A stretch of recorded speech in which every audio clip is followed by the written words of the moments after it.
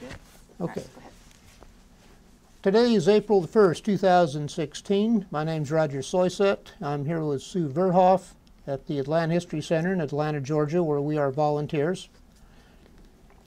With us is Mr. Milton Kassel, a veteran of World War II and Korea, who is here to share his experiences with us while he was in the U.S. Navy. This interview is being recorded for the Library of Congress Veterans History Project through the efforts of the Atlanta Vietnam Veterans Business Association. Mr. Kassel, would you please give us your name and address, a little bit about where you were born and your early coming up? You want my current address? Just the city. Okay. It's Milton, M-I-L-T-O-N, middle initial N, Nolan, and Kassel, K-A-S-S-E-L. I currently live in Sandy Springs, Georgia, 30328. Phone number? Okay. What else you want me to? I was born and raised, that's what you want now? Yeah. Born in Savannah, Georgia, raised there. In fact, I knew a girl that eventually became my wife. She lived a few blocks from me, but that's another story. I went through school in Savannah, and I went to a high school in a good Catholic military school, Benedictine, which is not a boarding school, but a private school in Savannah. I got my degree from high school there in 1940. And I must report that I can remember when we went down the aisle to get our degree, the war in Europe had already started. We went down the aisle singing "God Help the Class of 40."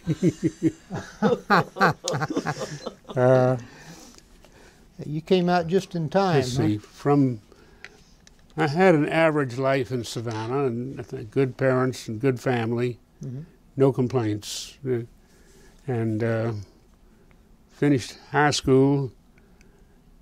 I was interested in architectural profession, and ended up going to a new course at Georgia Tech. It was strictly on design, but not necessarily architecture. And I went my first year of college at Georgia Tech. My parents were both from Charlottesville, Virginia, which you may or may not know, that's where the University of Virginia is located. It seems that all of the males in the family on both sides had ended up at UVA. So on my second year, during the summer, I transferred from Georgia Tech to UVA and went right into the School of Architecture. And I've got dates because I wanted to make sure I had the dates right.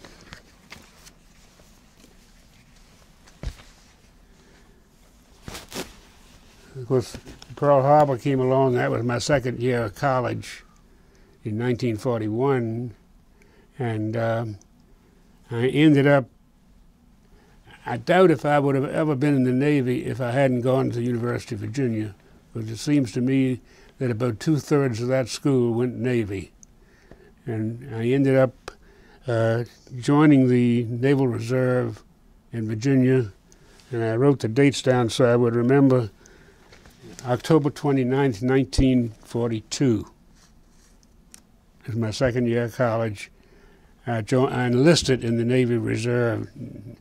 Eventually, they put us on active duty as we went to school. The idea was that they were going to let us finish and get our degree and then call us to active duty, which that was changed. We were called to active duty, and we were sent to waited in the Norfolk Navy Yard for a midshipman school to open up, because we had, I don't know, about 5 different midshipman schools, I think they were, at that time. So on February the 11th, 1944. I wrote these dates down so I wouldn't. I entered Midshipman School at Northwestern University in Chicago. This was in-town branch in Chicago. The Navy took over a couple of office buildings there. We became worked there for about 3 months. I think they called us 90-day wonders in those days when you got a commissioned office. I became an ensign in the Navy. Am I going all right on this? Doing good. I became an ensign in the Navy on May the 10th, 1944. That became my date of rank. That's why I remember that, as an ensign in the Navy. That was about a 3-month course, as I said, a 90-day wonders.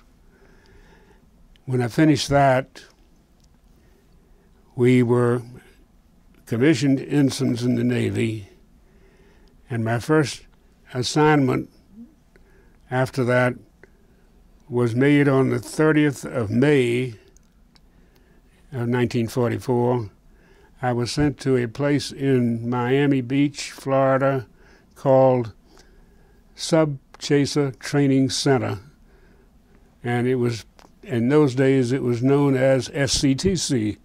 You were going to SCTC, Sub Chaser Training Center. I think that was about a 3-week or 4-week course or something like that. I don't remember exactly, where they taught us how to live on a small ship and about how to, the different equipment that we had to use to track submarines, because that's what we were down there for. When I finished that course in Miami, I was still a fresh ensign. I received my first sea duty assignment. I was sent to a ship called the PCS, USS PCS-1451. It was stationed in a place called Dutch Harbour, Alaska. I really didn't even know where the Aleutian Islands was at that time. Probably thought that was. But I found out. They flew us from Savannah from Charleston to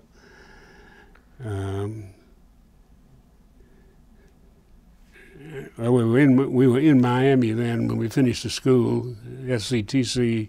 I went from there to Seattle, and from Seattle to Anchorage, and then from Anchorage to Dutch Harbour. We spent our first night at sea, not at overseas, was in Anchorage, Alaska. Then they got up the next morning and they flew us to Dutch Harbour.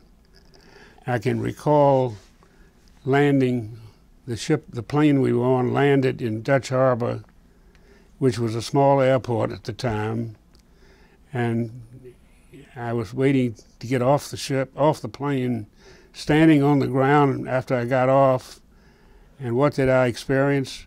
An earthquake. Standing in the airport, right, I just got off, just landed into Dutch Harbour. Earthquakes were a thing that you learned to live with there. They were not gigantic earthquakes, but you could feel the ground shake. And of course, we flew over several volcanoes, as I brought pictures to so forth.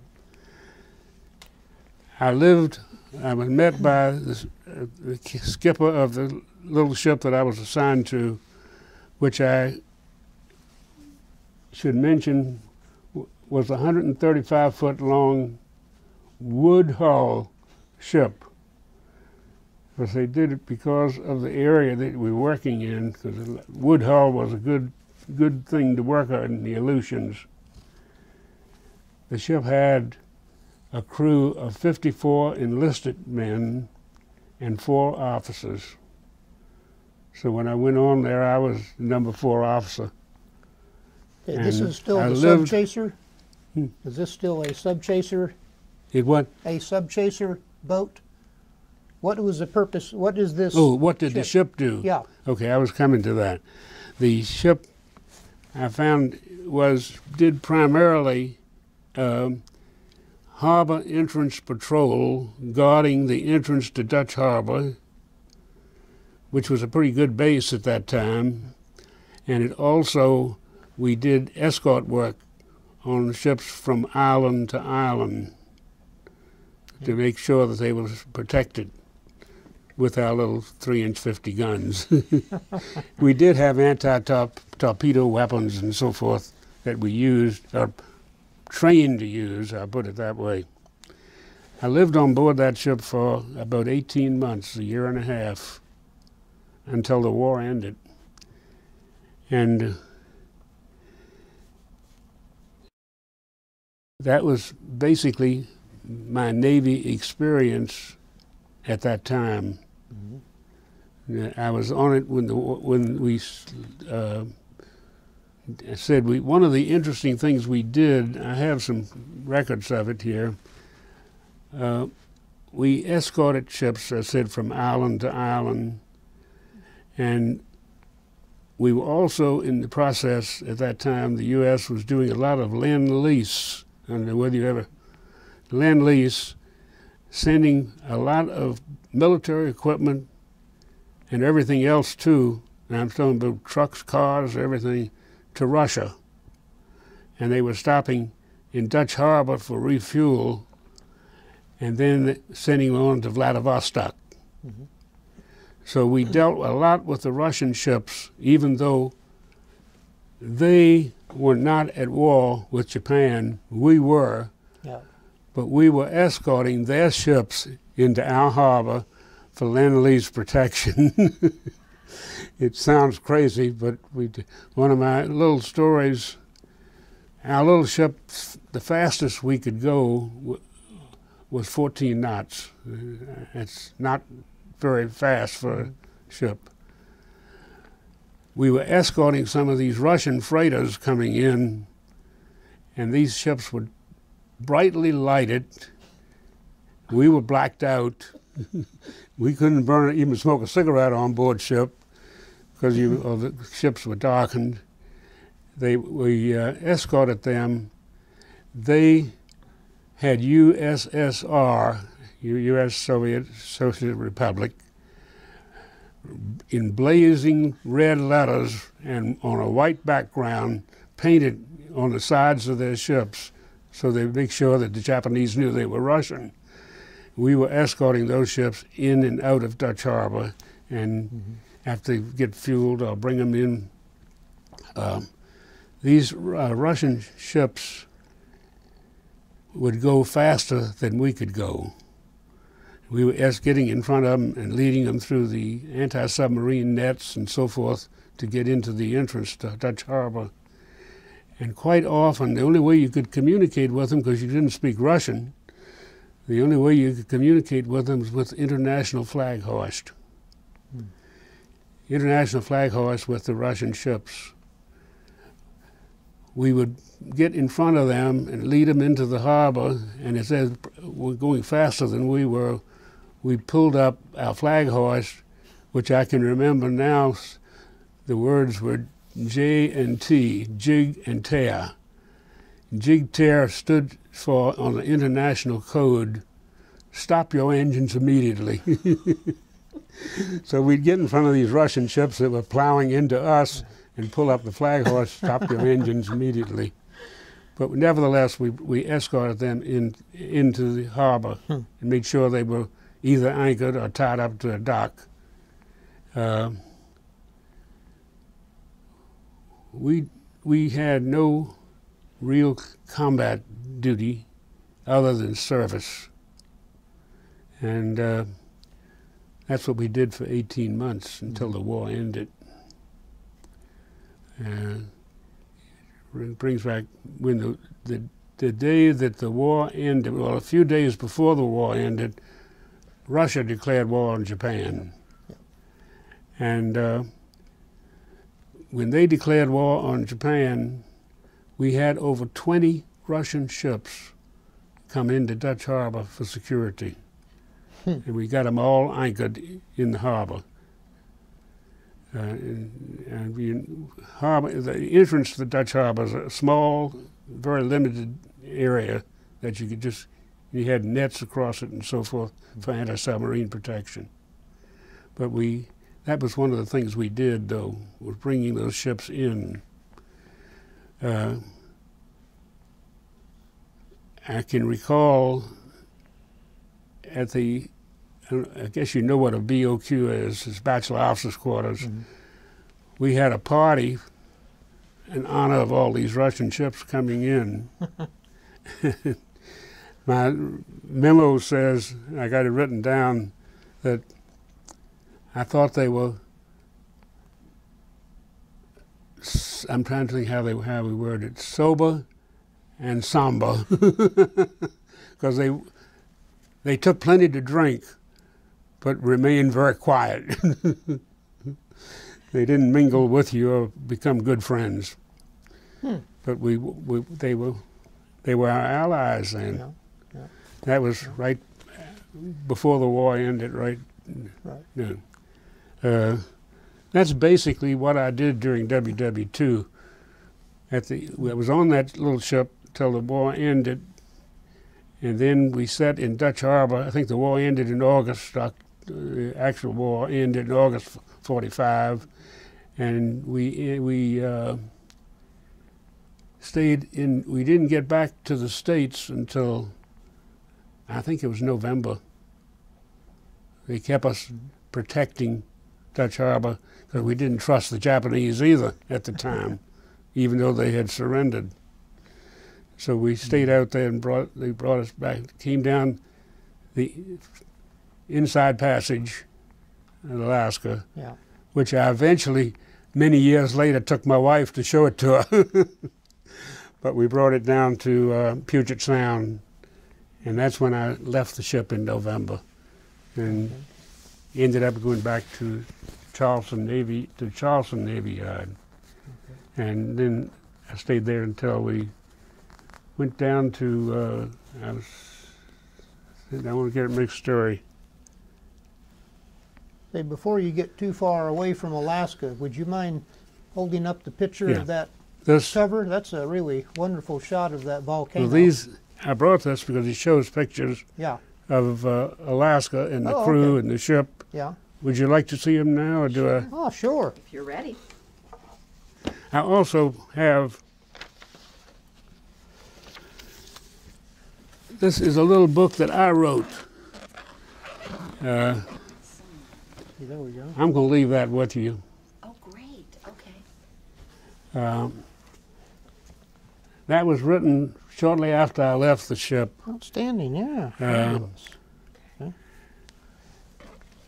It describes one little adventure that we did, but it explains life on board a small ship in the Aleutians. And there's one little piece in there I wanted to read to you. Can I read it to you, sir? Please. Absolutely.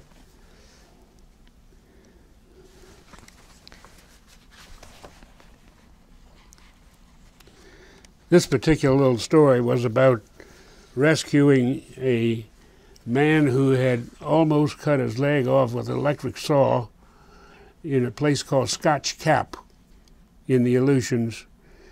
And they sent our ship from Dutch Harbor to pick him up, if we could, with a doctor, and bring him back to Dutch Harbor, which we did. And it was quite an experience because you couldn't tie up any dock. You had to go aboard on a small little boat to pick this guy up and bring him back. That was what made me write. The name Willie Waugh, I don't know whether that ever means anything. The Willie Waugh was what is known as a storm in the Aleutian Islands. The winds and the snow could get very heavy, and the winds would change direction almost immediately when it hits the mountain on both sides. And it was, the name of the storm was the Willie Waugh. That's what I named the little story about. But the book that I wrote, little story, is just about mainly rescuing this man but it describes in general the life on board a small ship. It also points out the fact that we saw a ship approaching us in the storm that we were going through, and we could not see the ship, but we picked it up with our radar. And I'm mentioning that because radar at that time was a brand new thing. And whenever they showed pictures of ships, they always blocked off the top mast where the radar was, so you never saw what it was. That was during the war years. That's before your time. But it mentions in here that we passed a ship coming the other direction in the snow and so forth, and we knew they were there because of radar. There was one thing I wanted to...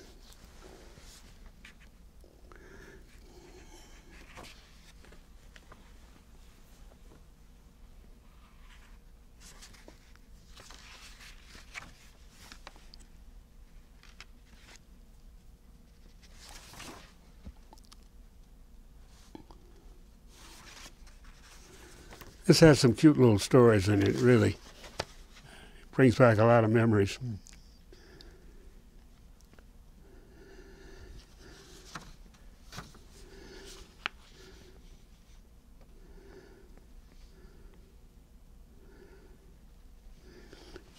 This describes what I just went over about picking up the Russian ships and so forth in here. There's one article.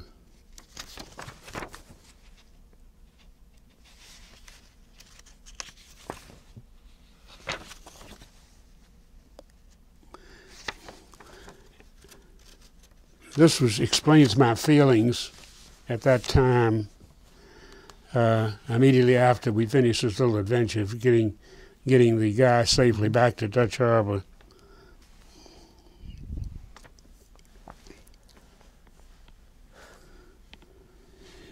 Let me just read this to you.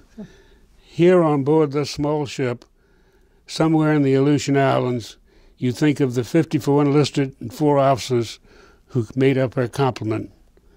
From the time that this vessel arrived in this area, there has been no real enemy action.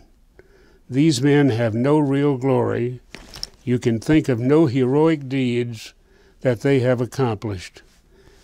Here, although kept under constant precautionary measures, there have been no enemy submarines to sink, no enemy planes to shoot down, and no large convoys to protect. These are my thoughts. Instead, there have been other jobs to do: missions of mercy, daily harbor patrols, constant watch standing during long and cold nights, and discomforts of living in small and undesirable quarters. You think of the small amounts of recreation and the limits of liberty that these men have been privileged to have. You think of the many Aleutian storms that they have fought along with you. And then you find, going through your mind, all of the little things that go to make up the daily, dull, and monotonous life aboard a small ship. These men are sleeping now. Their day's work is done, and soon you will go with them. I'm thinking this after that experience of picking up the guy. Still, there are others always on watch and always on guard. As you stand there on the bridge, covered by the deep purple of the shadows of the mountains and chilled by the almost freezing quietness of the surroundings, little action of the world seemed to spin about you, the many little actions of the world, spreading out into 1,000 pieces, then finally landing somewhere on a broad, smooth surface. To your amazement, these form a perfect picture, and you realize that this ship, these men, and their small, seemingly worthless jobs are part of the picture, and without them, it would all be useless and the scene would be incomplete. These are the men that are fighting the war. These are all the men who will win it alongside of their brothers on many battlefields of action. But here, in the land that God forgot, and that's what it was referred to, it takes just as much courage, just as much fortitude, and perhaps more willpower to live out the years of the war than it does to fight in actual combat. Somewhere, these are my thoughts, I'm looking over the rail of the ship. Somewhere, and at some time in the world, in this world, after all the conflicts of mankind are over and settled, and there is in fact peace on earth, there should be a monument erected, and when it is completed, it should be dedicated to those who fought the greatest battle, who did not fight the greatest battle, nor to those who could build the best equipment, nor to those who could carry the best arms to ensure victory, but instead it would be dedicated to that large group of men who endured the great waiting of war until the very end and never gave up. You looked down from the bridge of the ship and saw lying the quartermaster checking the ship's lights to make sure they were shielded, that the blackout precautions were complete. In a very short time, he would enter into the pages of the log of the time of sunrise. Still another day would have been started. That's just my personal little thoughts. Well I enjoyed reading again. Reminds me a lot of the sentiments in Beau Guest. Yeah. So what else do I need to tell you? I also found a letter. And I won't read this to you, but the first paragraph I'll read. This was written while I was on board ship, the little ship. It's dated 14 August, 1945, 14 August. And I marked under it V-Day. Yeah. This was to my parents, but it's a mimeograph. I'm just going to read the first paragraph. There appears to be so very much that I have to say to so many people at the same time that I've chosen this as being about the only way for me to do so. I hope that each person who receives a copy of this letter shall not think hard of me for not writing to them separately. But believe me, this is one time that I have the same thing to say to everybody. This is the day that a nation has been waiting for. Really, the news is so good that I find it difficult to believe. I shall attempt to tell you of the ways things have been out here in what is called an advanced base of the Navy. This is the way it happened to me, and the way that the news finally became official for all of us here. Some of the things that I will say will not necessarily be connected with each other, but they will present a picture of the way things are. Now, I don't want to read the whole thing to you, but it goes on and on. But it sounds like you're quite a letter writer. What's that? You're a good letter writer. Well, this brings back a lot of memories. This thing's been sitting folded up in a... Yeah, that's excellent.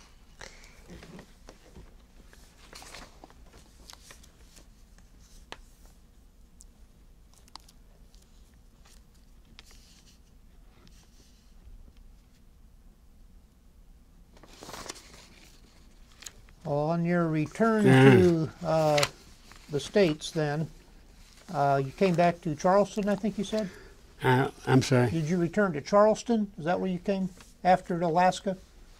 I went back to Charleston. Yeah. Yeah. And then I got sent down to the Canal Zone, you see, opposite from the Aleutians, to pick up another little ship and bring it back to Charleston and decommission it. That was after the war was over. Yeah. But I found this letter, which was sent to my parents, and it is dated 4 September 45. I'm going to sort of skim through this thing, but it starts off to give you an idea of the content. I'm sure that this is going to be one of the most interesting letters that I've ever written to you since I left the States. And written across the envelope, that's my mother's handwriting, I think, first uncensored letter.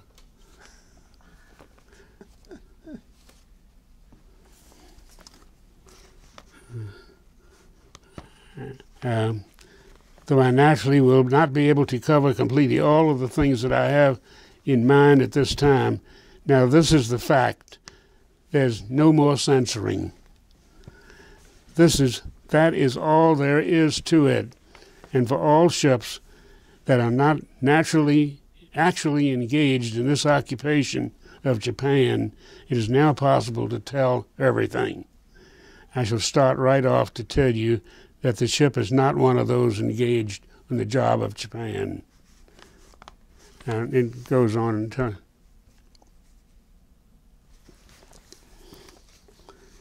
Our present duty is one that is very simple and does not cover any dangers. We and the other ships up here, plus a smaller one, are maintaining harbor entrance patrol. This at the end of the war. Mm-hmm. This consists of steaming back and forth day and night for stretches of time lasting for 4 days. With 3 vessels and only one operating at a time, this gives us a regular 4 days sea duty, followed by 8 days in port. We just got in today, so this is the first day in. And he goes on. But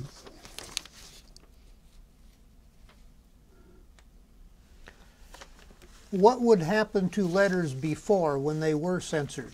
Say again. When your letters were censored, what would happen to them? What would? Your letters in the past were censored. Yeah. What exactly, how did that work? Okay. Believe it or not, I think somewhere in one of these, I was censor officer on board my ship. It's in this, in that little book I just gave you. Wait, let me see that 1 minute. It talks about censoring because it's, since you mentioned that.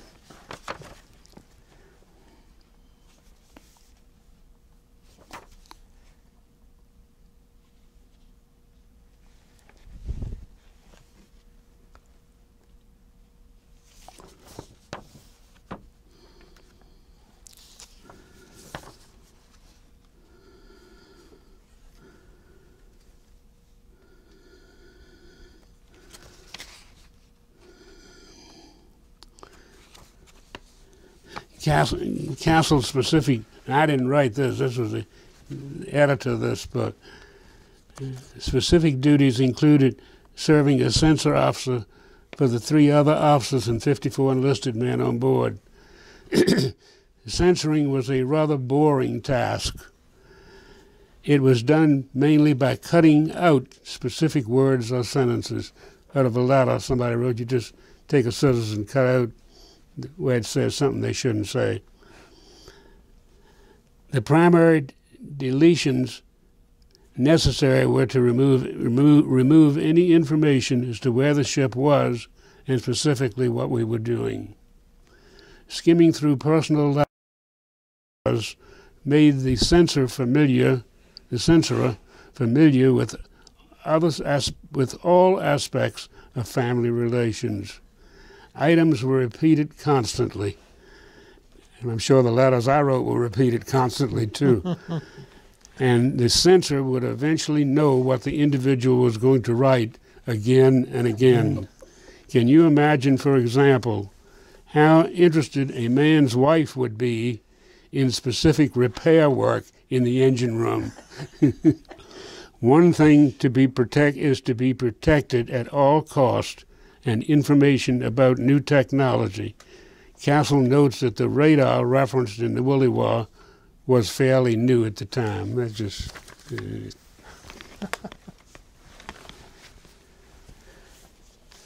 But I found this, as I said, the letter... Let me hold that letter up for the camera, just... the envelope, yeah. Yeah. Showing the first uncensored letter. That's pretty neat. That's my mother's writing there. Right. Okay. And I was going to suggest you hold up the book And there. That picture on the cover is just wonderful. I've got a lot of pictures in here I can show. Here we go. Right. How can it? I can let you thumb through this better than.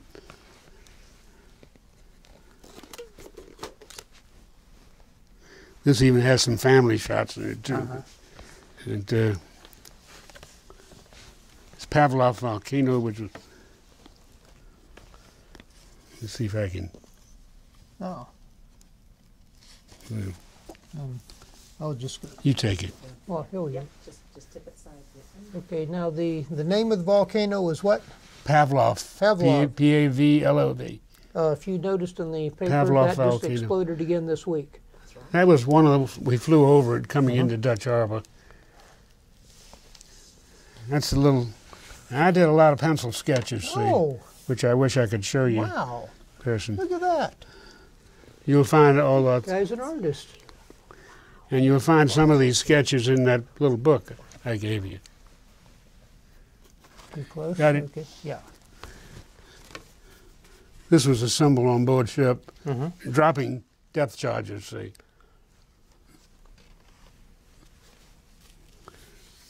And that's the ship that I was on. Okay. That's the real deal. That's the PCS-1451. Whoops, getting a little reflection. There we go. They stay close to him. Yeah. I was just trying to get away from the That's my sketch of the same ship. Uh-huh. Oh, you did good work. Now, this is an interesting. This is the entrance to Dutch Harbor. And if you look at this picture carefully, does it look like a priest robe standing there at the entrance? Yeah, it does. It was called Priest Rock. Wow. So if you mention the entrance to Dutch Harbor, Uh-huh. it was guarded by Priest Rock. And these are just different shots of the island and sketches that I made. Mm-hmm. It's family shots there. And just, it's the crew. Who's this down here? That's my mother. That's your mother. Okay. My mother and dad. Uh-huh. Cushing. I don't even remember the names anymore. That's a pretty shot. That's the volcano, I guess. Puffing a little smoke.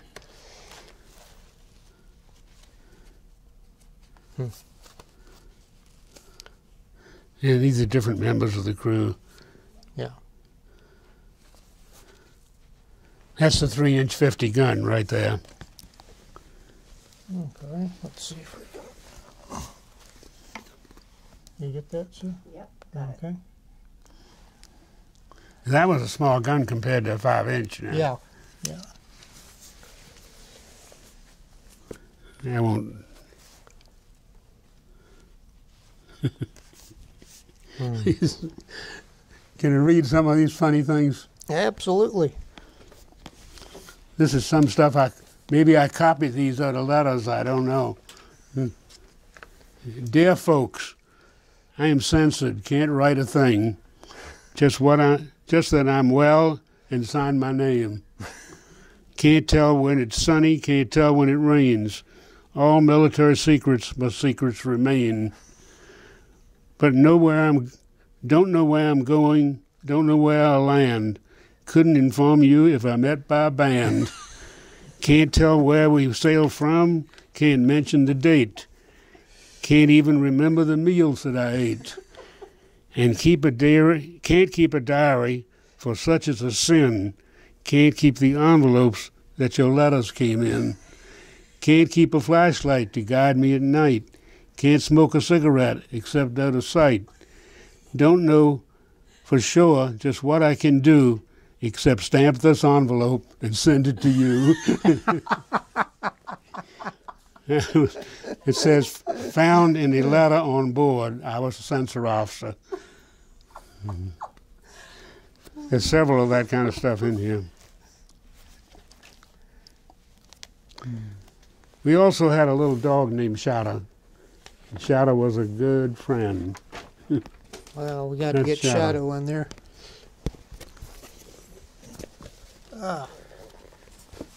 And the Got it. and the girl that you see holding Shadow was one. What did you call them? The USO? what were the USO that traveled? The donut dollies? What did they call them? Donut dollies. Yeah, but they put on shows for you and so forth. USO. Yeah, just USO. Yeah. So, sure, yeah. Oh, me.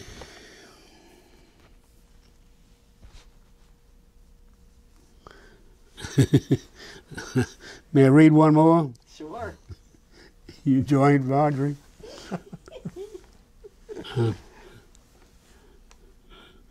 Up north there are no 10 commandments, and a man can rate a thirst. Live outcast from warmth and comfort, where life is best at its worst. Up in rain-soaked Adak live the men that God forgot, fighting ever-present ailments known as itch and frozen rot. No one knows we're even living. No one gives a damn. Back at home, we're all forgotten, just the swabs of Uncle Sam. In our ship and huts each evening, muddy, soaking, tired and sore, trying to forget our memories, but to our torture, finding more. Here we live just like the natives that populate this frozen place. This lonely, God-forsaken country, many miles from home. Each night we sleep in cold and dampness, finding ills no one can cure. Only hell knows we are not convicts, just on a normal Navy tour. Yeah, boy.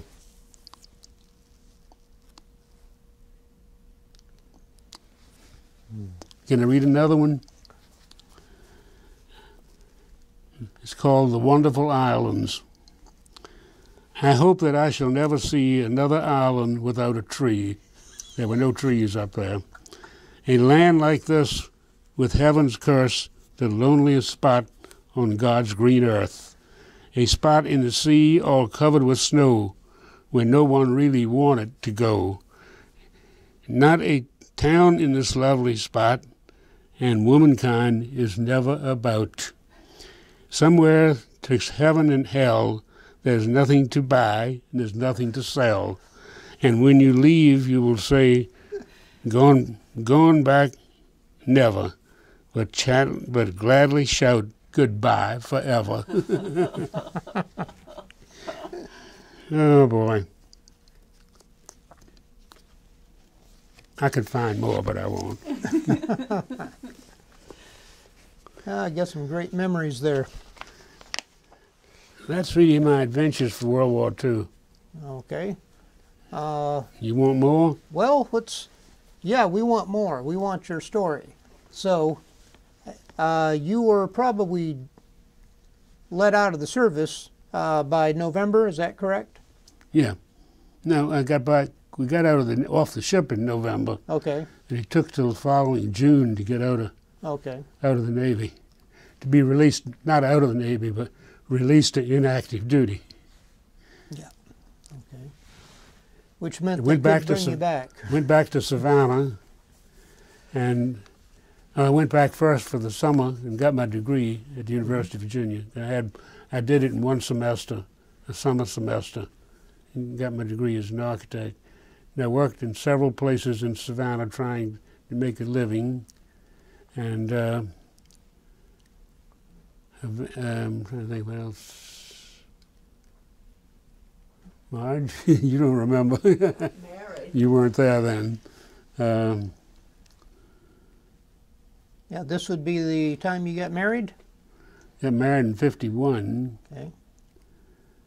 I did some traveling around, different jobs for architects' offices, and also my parents were in the retail business in Savannah, and I tried to work there, and I realized it was not for me. So while I probably wasted a year of my life doing that, I had to make a living. And then we started, I was one of the starters with a group of friends, a Naval Reserve unit in Savannah. And we became a good unit. We probably had 100 and some guys that were in this.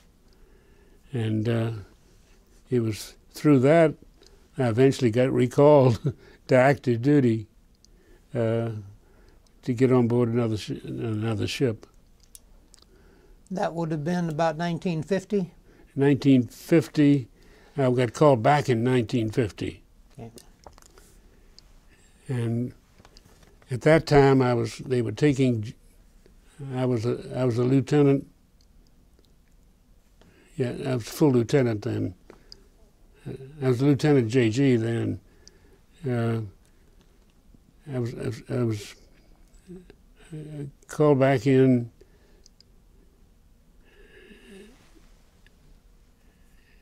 and they were taking junior officers and putting them, giving a crash course in communications. And the idea was we were going to be put on merchant ships going to the Korean waters, so that we could be the communications for the ship. And I was sent to a course, a crash course in communications in the Norfolk Navy Yard. I think it was for 3 weeks or something like that. And the idea was that we finished that, then we had orders to go to San Francisco to be put on board a ship. I had a roommate that I can't remember his name now, but we became good friends. Just happened to put us in roommate with somebody. And his home was in Washington, D.C. And he said he had the same orders that I did to go back, calling back in. And we both were finishing the school, this crash course in communications at the same time. He said he wants to drive his car to California, would I want to ride with him? They would give you time to do it. So why not? I was single, you know. Mm-hmm. So we agreed. So the day before we were leaving Norfolk Navy Yard, he gets a phone call from his father in Washington, I can't remember their name now, who said he should stop by Bureau of Naval Personnel in Washington, because he had heard that our orders, his son's orders, had been changed, that they had filled that quota of communications officers. So it'd be good to stop before we drove to California. So I went with him. Now, what else did I? So I go to Washington with him. We go to Bureau of Naval Personnel. I had never been into the Bureau of Naval Personnel building at all. And I'm standing in line with him with about 20 other guys waiting to get interviewed. And he's right in front of me. And I'm standing there. The guy I think there was a commander or something behind a desk, looks up to this guy and says, "You're right, your orders have been changed." He said, "I've got to give you sea duty, but where would you want to go?" So the guy says, "Well, I live in Washington." He said, "How about out in Norfolk?" He said, "I'll put you on a ship out of Norfolk." So I'm standing behind him, so I'm next in line. So I went through the same thing with him. He says, "Your orders also do the same thing for you." So I said, "Well, I'm from Savannah. How about a ship out of Charleston?" This was during the Korean War. I said, "Sounds good to me." So I got placed on board a ship out of Charleston. And I told you earlier, the ship didn't stay in Charleston. It went to the Mediterranean because we were having difficulties with the Russians then. They were around all over the Med, and we were watching them very carefully. So we spent about 6 months over in the Med on board a destroyer. That was my second tour of duty. And I got out in 1951. Then I got the dates written down. Okay. And that's really my career. I think I've covered everything. But really, you have all these guys with the great battles and monuments and so forth that they fought. And I think, how about the guy that just went every day, you know? And, which is what we did. I'm not claiming any great victories or anything, but we were there. And that's what counted. That's me. Now, leave out anything, Marge? How about her? She doesn't remember. About your family. Yeah, how about your family? Family. Your parents, your children, your wife. Well, I did get married while I was in the Navy the second time. And one little another cute story. I was engaged. We had already been 6 months over in the Med. We came back. We were doing some maneuvers off the coast of North Carolina, and our wedding date had been set for November 22nd, which was Thanksgiving Day, 64 years ago. The wedding date had been set. I was officer of the deck on board ship, and I had invited all my friends to come on down from Charleston to Savannah to get off the ship to the wedding, see? So I'm up on the bridge of the ship at night, and they pass. You wouldn't know how they do this in the Navy, but if a message comes on the radio or tell anything, it goes around to the officer of the deck. It comes around to me to read and sign. They've delayed the ship coming back to Charleston for about a week or something like that. I don't remember the dates. Whoops. I was so damn mad. It was my second tour of duty, and my date of my wedding has been canceled. I have to cancel the wedding because I ain't going to be there. I'm going to be at sea. So I came down off the bridge of the ship when I got off a watch. They were showing a movie down below at the time, at nighttime. And I was so damn mad I couldn't even look at the movie. I went out and leaned over the rail of the ship at sea. And there was a ship's doctor who I liked very much, a young guy. He comes out and stands by me. He said, "Kassel, I'm not going to let them do this to you." He said, "Even the skipper's in on it." He said, that's a fake, the whole thing's fake. I was so damn mad when I came back to watch the movie. I couldn't stay there. I couldn't even talk to him. And the wedding did go off, and a bunch of them did come down to the wedding. You've heard that story, Marge. Yeah. That about winds me up, I think. God, What about us? I didn't realize I could talk so much. Oh. What about we moved to Atlanta? What, Yeah. honey? We moved to Atlanta. Well, I was out of the Navy then, though. What? That's okay. Yeah. What They did you still do wanna know after your life. your service? After you got out of the Navy? Oh, then? after I got out the second time, Yeah. when the place was going back into family business, which I didn't want to do to start with, I met a guy that was down in Savannah working on an architect's job, and he was from Atlanta. He was. That's okay. You keep going. You want me to stop? No, sir. Keep going.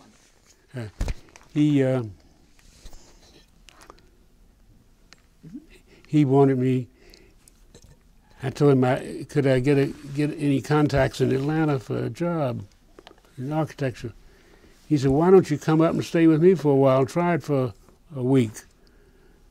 So I did. I had an aunt and uncle that lived here at that time, and I came up to Atlanta and stayed. And I liked what I was doing, and we picked up with 4 children, 4 little girls, and started life over again.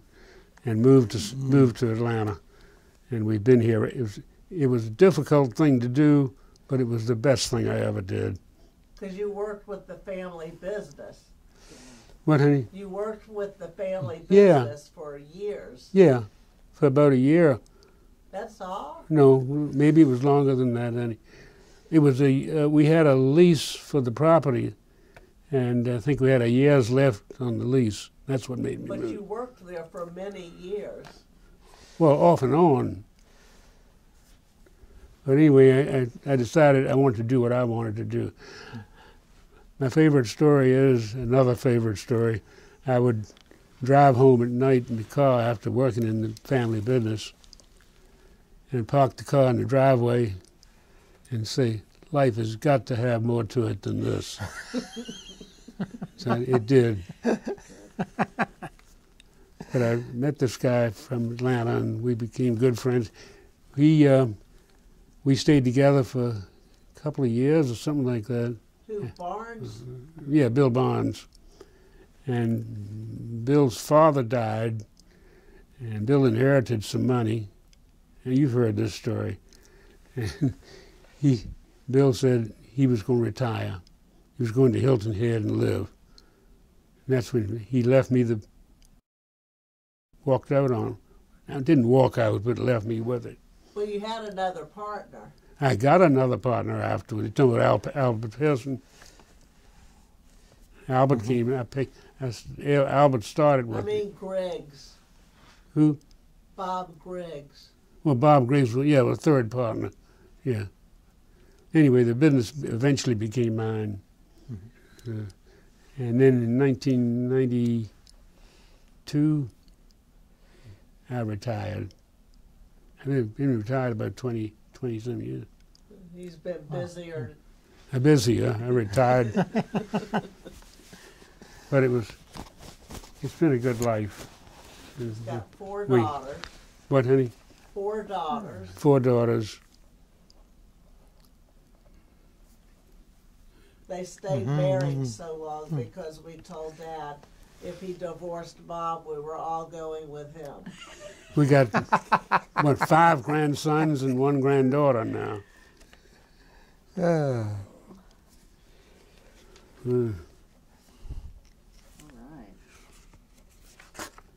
Well, sir, I That's guess it. we've kind of I've covered my moved life. through you to your retirement. And you say you're busy in retirement.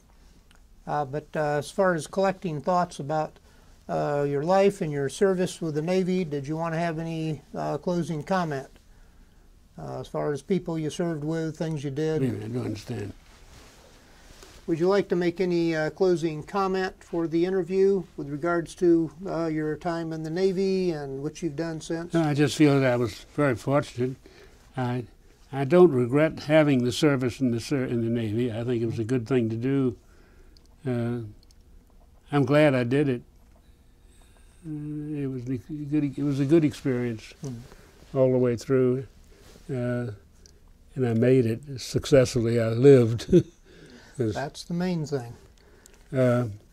Speaking of that, I had a good friend from Savannah that was also assigned to a sister ship to the one I was on in Charleston. This is the second time around. And he was on board a ship shortly after I retired, came back, got out. He was still on board the sister ship, talking about Ken Wolfe. You didn't know the name Ken Wolfe in Savannah. Anyway, the ship that he was on was cut in half by a cruiser in the middle of the Atlantic during training exercises. And they got a monument in Charleston on the ship. I can't think of the name of the ship right now. But he was a good friend, and he was on board that ship. In fact, the young doctor was on there too that told me the marriage was. Yeah. God, I can't think of those guys' names now. But